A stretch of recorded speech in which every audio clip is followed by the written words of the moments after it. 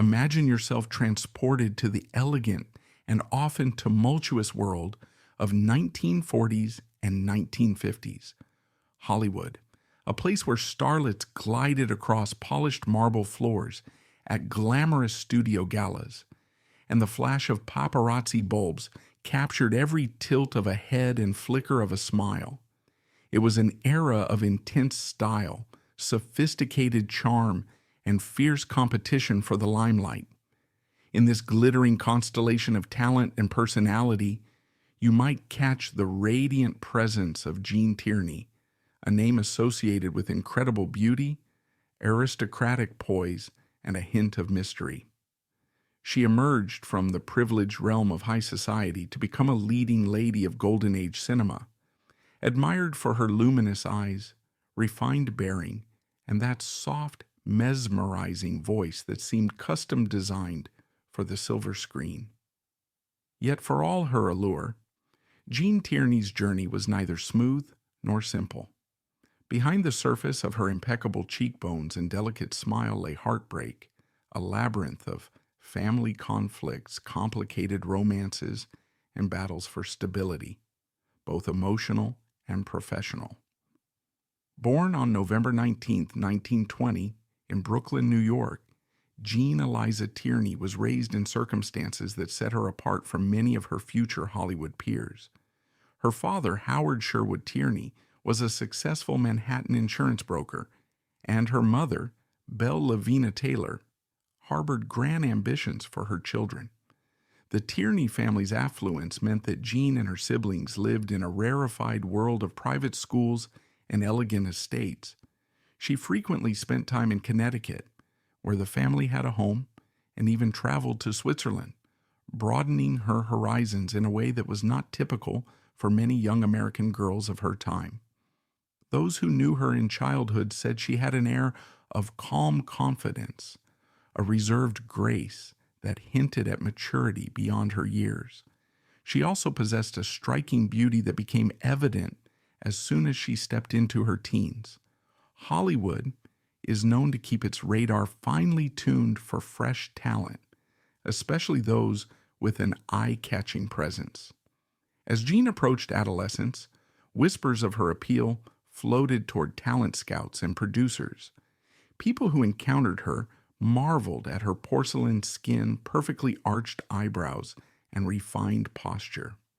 She soon began receiving offers to appear in movies, but her parents, ever mindful of her well-being and image, believed she should not plunge directly into motion pictures.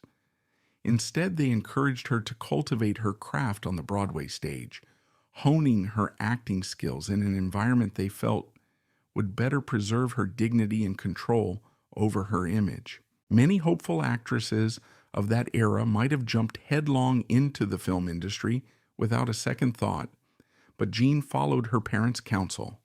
In a move that underscored how important Jean's career was to the entire Tierney family, her father established a corporation, Beltier, designed specifically to manage her trajectory and promote her professional interests.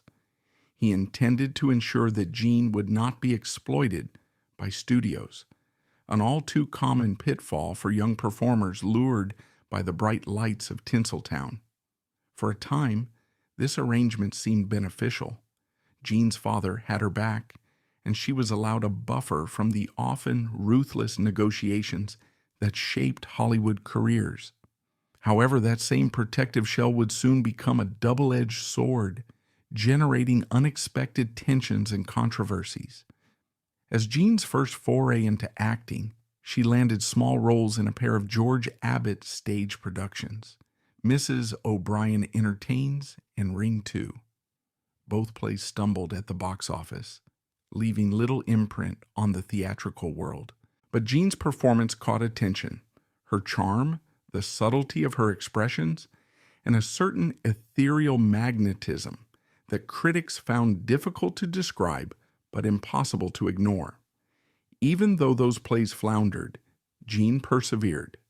The stage had become a proving ground, a workshop where she learned to harness her presence and refine her talents without the unrelenting lens of a film camera.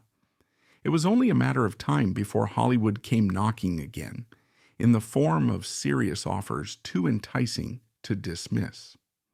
In 1940, she took a small role in The Male Animal, playing the kid sister of the main female lead, a fresh-faced college co-ed. Though it was a modest part, her poise on stage indicated a performer who could handle bigger roles. Hollywood's pursuit resumed with renewed vigor, but Jean herself held reservations about launching into a film career. She felt, in her own words, unready for the avalanche of media attention and the intense commitments demanded by studio contracts. Yet fate had other ideas. Darryl F. Zanuck, the influential head of 20th Century Fox, saw Jean Tierney's potential and was determined to sign her. He famously believed that Jean had the kind of understated yet magnetic beauty that could translate into a star persona.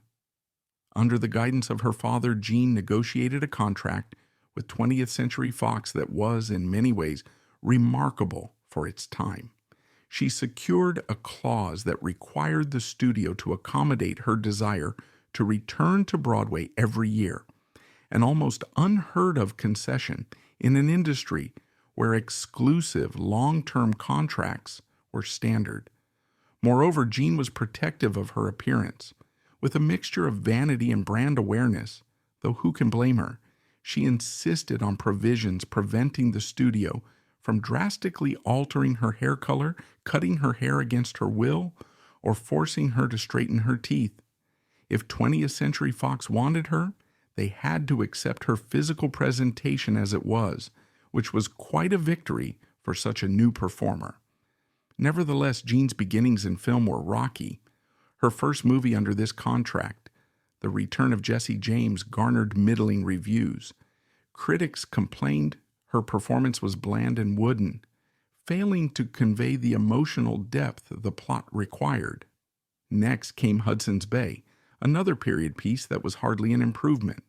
The notoriously sharp-witted Harvard Lampoon christened her one of the worst film discoveries of 1940. A lesser actress might have crumbled under such fierce criticism, but Jean's serene disposition and sense of self carried her forward. While her early screen appearances lacked the fiery spark some critics craved, they also demonstrated a controlled subtlety that certain directors appreciated. Surprisingly, while her film career stumbled out of the gate, Jean's love life was already making headlines. She moved in elite social circles that included high-profile suitors. At one point, rumors linked her to Howard Hughes, the dashing and enigmatic billionaire whose complicated romantic entanglements were the stuff of Hollywood legend. Other gossip suggested she was engaged to actor Robert Sterling. With all the speculation swirling around, Jean left the public slack-jawed when she chose to elope with fashion designer Oleg Cassini on June 1, 1941. This was no mere fling. Cassini was known for his refined taste, European flair, and a sense of style that matched Jean's own. However, the swift union blindsided her father, who disapproved of the marriage. In an extraordinary turn, he even threatened to sue Jean on behalf of the Beltier Corporation, implying she had jeopardized the family's carefully laid plans for her career by marrying without his blessing.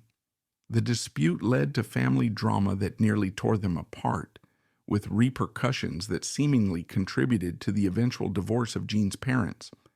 While the crisis was resolved, it left an indelible mark on Jean's relationship with her father and shaped how she navigated her professional life afterward. After taking a brief hiatus from acting, spending time with her husband and attempting to mend the family rifts, Jean returned to Hollywood with a renewed sense of purpose. She forged a plan to include her family in her career endeavors, arranging for her mother to work as a Fox press agent in Manhattan, and for Cassini himself to design her on-screen wardrobes. But even Cassini's gorgeous costumes, coupled with vivid Technicolor cinematography, that highlighted Jean's striking features failed to sway the critics, who still criticized her performances as lacking emotional resonance. It seemed she needed a defining role to shake off these early negative impressions and prove she was more than a pretty face.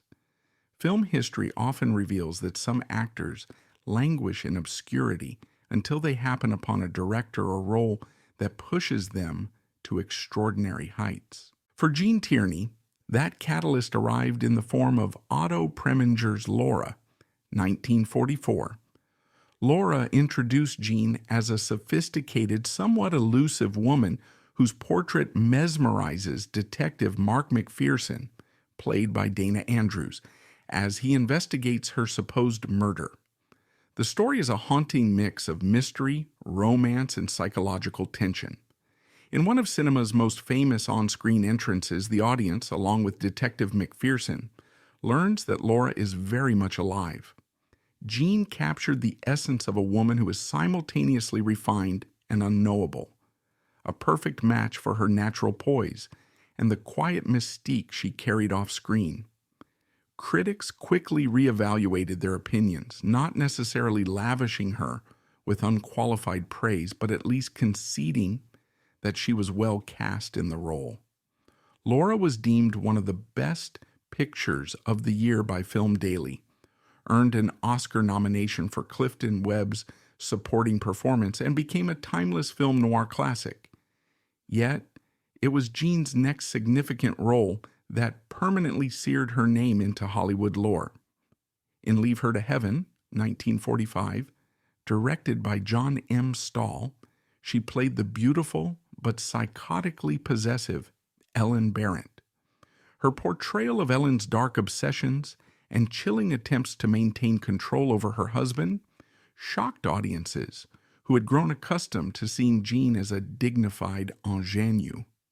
This unflinching performance earned her the only Oscar nomination of her career. Ironic, since critics who had once dismissed her for being too bland now found her terrifying as a villainous figure. Despite her achievement, the accolades remained somewhat lukewarm. Critics applauded the bold script and cinematic visuals, yet some still felt Jean's performance was overshadowed by the film's overall mood. The film did well at the box office, and audiences were riveted by her portrayal. But that definitive praise, comparable to that showered on Ingrid Bergman or Marilyn Monroe, always seemed one elusive step away. Jean's career track would keep ascending, but fate had darker trials in store for her personal life. On October 15, 1943, she gave birth to her first child, Daria, who was born with multiple severe disabilities, including blindness, deafness, and significant developmental delays. These challenges were eventually traced to Jean's exposure to German measles, rubella, late in her pregnancy. The heartbreak of Daria's condition cast a long shadow, leading to the child's institutionalization and profoundly affecting Jean's emotional state. Around the same time, her marriage to Oleg Cassini began to unravel. They separated in 1947, reconciled briefly, and ultimately divorced in 1952.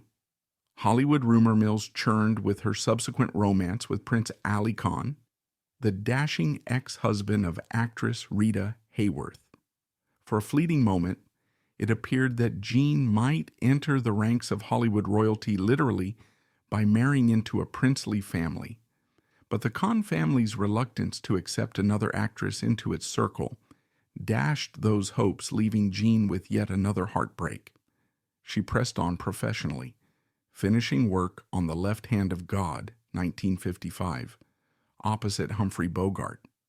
Then she abruptly walked off a production of Ibsen's A Doll's House, where she had been cast as Nora, citing severe mental strain.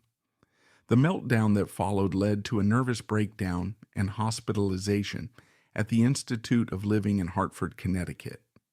Jean's struggles with mental health became a major turning point in her life. She spent nearly a year and a half in the institution receiving treatments some of them experimental at the time, including electroshock therapy that left her shaken.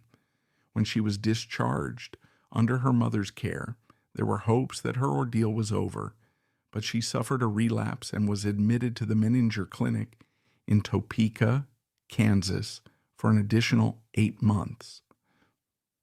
At a moment in Hollywood's history when mental illness was heavily stigmatized, Jean Tierney's vulnerability was front-page news. Insiders whispered that her star days were over, that the heartbreak and scandal had irreparably damaged her career. She lost roles, such as the one in MGM's The Cobweb, to other actresses. Still, there was a measure of public sympathy. After all, Americans had grown fond of that luminous face, and hearing of her suffering compelled many fans to root for her recovery. When Jean emerged from treatment in September 1958, she addressed the press candidly, expressing that her mental health struggles were her own responsibility. She avoided disguising or downplaying what had happened. In that era, such openness about one's psychological challenges was rare and could be considered career suicide, but Jean insisted that honesty was essential. She also rejected speculation that she had cancer or some other physical illness. Instead, she admitted to the heartbreak and stress that had culminated in a breakdown. Despite the enormous personal cost, she was ready to resume her acting career. Though Hollywood was notoriously unforgiving, Jean found modest opportunities for a comeback. She dabbled in film and television appearances, showing glimpses of her old glamour. But she recognized that the industry had changed during her absence. Younger actresses were now at the forefront, and the public's taste had shifted. Moreover, the intense pace and demands of leading roles were not entirely conducive to her fragile emotional condition. She decided to approach the entertainment world with caution, dipping her toes in smaller character-based parts and cameo roles rather than diving in headlong as a headliner. Away from the camera, Jean embarked on a journey of personal growth. By 1960, her life took an unexpected yet liberating turn when she married W. Howard Lee, a Houston oil millionaire previously wed to actress Hedy Lamarr. Leaving the frenetic pace of Los Angeles behind, Jean relocated to Houston. She wrote a column for a local newspaper chronicling her Hollywood memories in witty, elegant prose. In these writings, she emerged as both nostalgic for the golden days of film and acutely aware of the illusions and heartbreak that often accompanied stardom. She devoted considerable energy to philanthropy as well, aligning herself with charities supporting mental health research, developmental disabilities, and cancer treatment. In interviews around this time, she compared her personal journey to emerging from a dark tunnel into the light, an apt description for someone who had wrestled with despair and come out the other side more grounded in who she was. Though she occasionally dabbled in show business again, such as small film appearances or television guest spots, Jean remained intentionally distant from the frenetic demands of stardom. She found she derived more fulfillment from her philanthropic ventures, personal writing, and the day-to-day rhythms of a quieter life. No longer beholden to the relentless churn of the Hollywood machine, she possessed the freedom to choose how and when to appear. On the rare occasions she graced public events or talk shows, she radiated a calm assurance that differed markedly from her earlier film persona. This new approach was a testament to her resilience, a maturity gleaned from years of grappling with personal and professional storms. In 1979, Jean collaborated with writer Mickey Herskowitz to publish her autobiography, Self-Portrait. This searingly candid book delved into topics that she had, until then, discussed only sparingly. She opened up about her nervous breakdown, describing the sense of shame and terror she felt. She recounted her tumultuous romantic entanglements, her elopement with Oleg Cassini, her heartbreak over Prince Ali Khan, and the behind-the-scenes politics that sometimes shaped her on-screen career. She also revealed her brief dalliance with John F. Kennedy during his time in the Navy, a revelation that once again propelled her name into sensational headlines. Yet beneath the tabloid frenzy, fans and critics recognized her bravery in peeling back the veneer that had, for years, obscured her personal battles. The Jean Tierney they encountered in Self-Portrait was vulnerable but resolute, someone who had confronted her demons and emerged with a clearer sense of self. In the final decade of her life, Jean maintained a semi-retirement. Following her husband's death in 1981, her circle of close acquaintances said she channeled her grief into more philanthropic work and writing projects. She often reflected, in interviews and personal letters, on the sweeping changes the entertainment world had undergone since the 1940s. She was simultaneously fascinated by modern filmmaking techniques and appalled at some of the industry's more invasive tendencies, such as the hyper-scrutiny of celebrities by tabloids and gossip shows. Occasionally, she lent her prestige to local Houston arts programs, attending cultural events or providing mentorship to aspiring performers. Even then, fans young and old clamored for a glimpse of the classic actress who had once stunned the world in that iconic portrait as Laura. On November 6, 1991, Jean Tierney passed away at the age of 70 from complications related to emphysema. Her death marked the end of an era, not merely for her devotees, but also for a generation who remembered Hollywood when it was steeped in elegance, shimmering gowns, and carefully curated mystique. She was laid to rest in Greenwood Cemetery in Houston, thus concluding a life that, while not always recognized with the same fervor as some of her contemporaries, was undeniably integral to the tapestry of classic American cinema. Her passing reminded people of the ephemeral nature of stardom and the courage it takes to grapple with life's darker corners. Films like Laura and Leave Her to Heaven remain cornerstones of classic cinema. Audiences continue to marvel at her screen presence, that magnetic quality that stands out even in an ensemble cast, making them wonder how critics at the time could fail to see the extent of her gifts. Her portrayal of Ellen Barrett, in particular, regularly appears on lists of the greatest villainous performances by a female star, a role that modern viewers consider revolutionary for its frank depiction of obsession and instability. Even The Ghost and Mrs. Muir, 1947, in which she starred opposite Rex Harrison, has found new admirers, celebrated for the film's dreamlike ambiance and Jean's quiet but enthralling performance. Why, then, did Jean Tierney not scale the same towering heights as Ingrid Bergman or Marilyn Monroe, who remain household names to this day? Part of the answer may lie in timing. Her heyday collided with personal calamities, and each resurgence was curtailed by family strife, ill health, or the unrelenting glare of negative press. Another factor could be the cinematic roles she selected. Though she delivered outstanding performances, she seldom had the broad comedic or musical vehicles that propelled Monroe to a stratospheric level of fame. Nor was she aligned, at least not consistently, with directors or studios who could shape her stardom as meticulously as Bergman's was managed. Yet among movie aficionados, she earned a reputation as an actress of rare subtlety, someone who could communicate turmoil without large theatrical gestures, her eyes and whispery tone doing most of the work. Looking back, it's tempting to romanticize Jean Tierney as the ultimate tragic heroine, a luminous star cross-contoured by sorrow.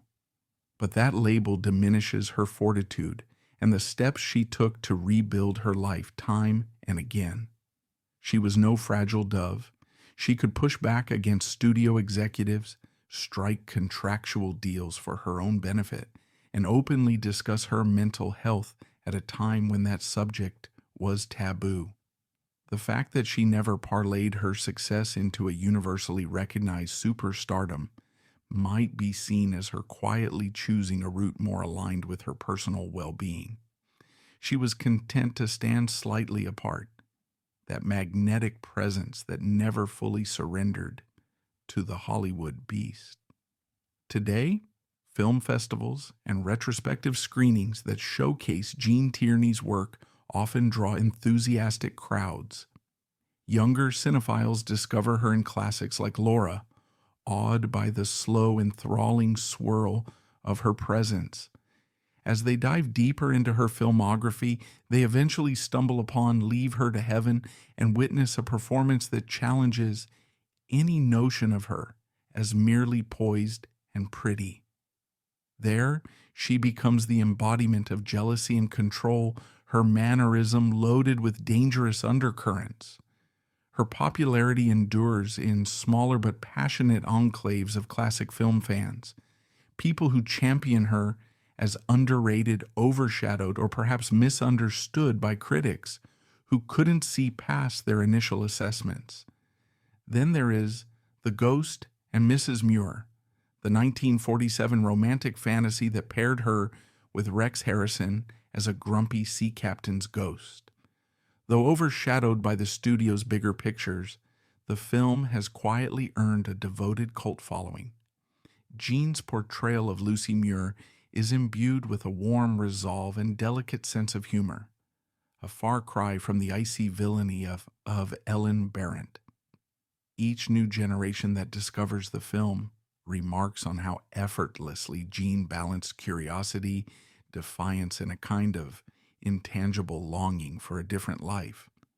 In that sense, Lucy Muir might have been a reflection of Gene herself, longing for a tranquility that was always just out of reach. Her autobiography continues to be cited in discussions of celebrity mental health and the pressures that come with stardom. Critics and fans alike point to the honesty in her narrative, the frank descriptions of her institutionalization, the heartbreak with her children, and the lonely feeling of being medically labeled and misunderstood. In an era that did not champion vulnerability, she laid bare her most harrowing moments. This confession probably cost her some roles and certainly changed how certain producers perceived her, but it also positioned her as a trailblazer for candor. Contemporary celebrities who open up about mental health struggles follow, in some small part, a path that Gene Tierney helped illuminate. That willingness to show the cracks in the glittering facade is now more accepted, but in the 1950s and 1960s, it was revolutionary. When she died in 1991, the tributes that poured in from friends, colleagues, and fans emphasized her grace, dignity, and above all, kindness. Co-stars reminisced about her generosity on set, how she was never one to pull rank, despite coming from wealth, and how she maintained a certain humility in an industry where egos run rampant. Others remembered her meticulous approach to performing, how she'd rehearse intensively to capture the essential nuances of her character, silently refining gestures until she could convey emotion in the most subtle flicker of an expression. Still others wrote about the luminous aura that glowed in her presence, a quiet star quality that did not need brash fanfare. In many ways, these accounts contradicted the narrative of her being a perfect icy beauty. Instead, they painted a picture of warmth, quiet resolve, and a deep well of empathy. Fans might debate which film or moment best encapsulates Gene Tierney's essence. Some point to the painting in Laura, that haunting portrait that enthralls Dana Andrews' detective and practically becomes a character in its own right. Others highlight the boat scene in Leave Her to Heaven, the one that leaves audiences breathless with shock at the lengths her character will go to in preserving her husband's undivided attention. The beauty of her legacy is that it encompasses both ends of that spectrum, from the gentle warmth of a comedic or romantic role to the chilling intensity of a psychologically complex character. And always, Jean's distinctive voice and refined diction linger in the audience's memory, imparting a sense of elegance so characteristic of Hollywood's golden age. Reflecting on Gene Tierney's trajectory, one might see a contemporary lesson hidden in the shadows of those black and white reels. In a time when social media puts celebrities under constant scrutiny, her story is a reminder that the perfection we see projected can mask very real pain. Her experiences illustrate how fleeting and precarious fame can be, how it can amplify personal tragedies rather than mitigate them, and how crucial it is for anyone, famous or not, to seek genuine support when grappling with inner turmoil. Gene Tierney was more than a victim of circumstance, though. She had the courage to face the darkest corners of her life and the determination to craft a path forward, even if it was not paved with the unbroken adoration she might once have envisioned. That balancing act between glamour and hardship, heartbreak and resilience, makes Gene Tierney's story enthralling, particularly for those who believe that the world of film is about more than just box office figures and star ratings. Her life reflected the human cost of an industry that can mete out adoration and rejection in equally swift measures.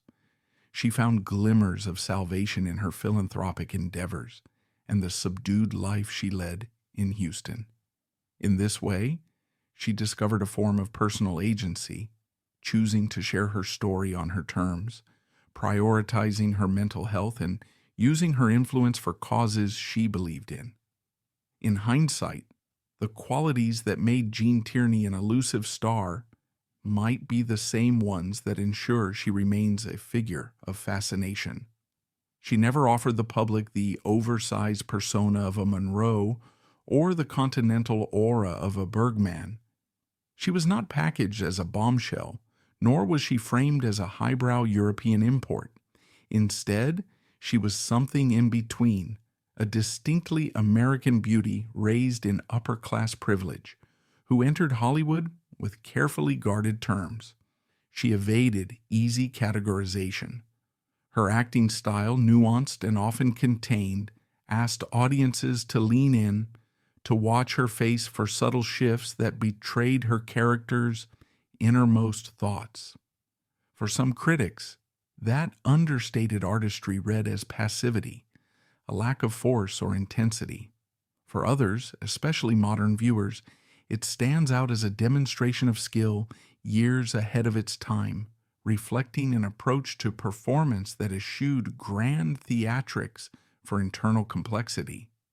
When discussing her in film schools, professors often highlight how her roles, especially in Laura and Leave Her to Heaven, proved essential to shaping the femme fatale archetype in film noir. They talk about her unwavering poise in front of the camera and how she used micro-expressions, a tightening at the corner of her lips, a fleeting glance, a pause in her speech, to convey layers of meaning. Students watch those films today and discover an actress who may be overshadowed in mainstream memory, but has left an indelible mark on cinematic technique. As they dig deeper into her biography, they find a woman whose real-life battles were far more harrowing than any fictional plot twist. In that sense, she remains a testament to survival, an actress who endured heartbreak after heartbreak, yet consistently strove to refine her craft and present herself with dignity. Jean's final resting place in Greenwood Cemetery in Houston stands as a quiet monument to a life that both soared and stumbled. Fans occasionally visit, leaving flowers or notes that reference their favorite of her performances. In these small acts of remembrance, her spirit lives on, bridging the gap between an era gilded in black and white nostalgia and the complicated truths of the modern day. It's a fitting tribute to a performer who gave so much to the screen and then chose in her later years to give her energy to a life defined by love, healing, and philanthropic service. Though Jean Tierney might not dominate the same cultural consciousness as some of her contemporaries, her story offers a compelling mixture of art, tragedy, resilience, and reflection. Her influence persists in the silent study of film historians, the adoration of classic movie enthusiasts, the curiosity of new viewers drawn in by the enchanting aura of Golden Age starlets, and the broader cultural discourse around mental health in the entertainment industry. She is a figure who can't be confined to a single label, ingenue, femme fatale, or tarnished Hollywood beauty, because she embodied them all. Her legacy defies neat categorization precisely because it mirrors the complexities of a life lived under the ever-watchful gaze of cameras and the relentless churn of media interest. In our modern age, where stories of personal struggles among public figures are more openly shared, Jean Tierney's tale resonates with a new generation. We see in her both the cautionary example of how stardom can isolate and intensify misfortune, and the inspiring lesson of how honesty and perseverance can carve out a second act. She might have yearned for an unblemished Hollywood dream, but she ended up with something more nuanced, a legacy blending cinematic brilliance with the heartfelt compassion of someone who had confronted adversity and come to value the quieter, more substantial joys of life. Those who discover her story might feel a pang of sadness for what she endured, but also gratitude for the grace she showed in transforming her pain into deeper empathy for others. Today, when film preservation efforts uncover lost or lesser-seen works from the Golden Age, fans cross their fingers, hoping to stumble upon a rare Jean Tierney performance they haven't yet seen. Even in her lesser-known roles, she offered glimpses of that distinctive artistry. Whether she was dressed in sweeping period attire or donning contemporary fashions designed by her then-husband Oleg Cassini, Jean made an indelible impression. That enchanting blend of refinement and vulnerability, one that set her apart from the crowd, continues to draw admirers who appreciate the emotional undercurrents she quietly infuses into every frame. That is the final gift of Jean Tierney's life and career, a reminder that true luminescence isn't always about the fiercest spotlight or the loudest applause. Sometimes it's about the gentle glow that reveals itself slowly, drawing you in until you can't look away. It's about a craft that thrives on nuance rather than spectacle. And it's about a person who endured the heartbreaks that came her way, yet kept her sense of dignity and empathy intact.